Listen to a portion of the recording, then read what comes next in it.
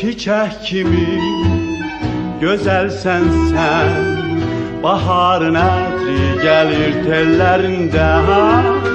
Çiçek kimi gözəlsən sən, baharın ətri gəlir tellərindən.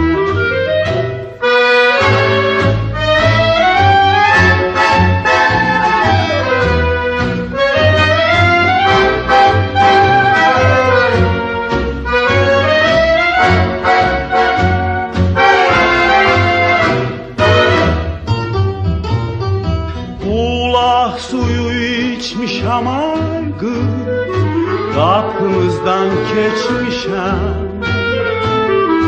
Gözəl qızlar içindən ay qız, təkcə səni sevmişəm. Çiçək kimi gözəlsən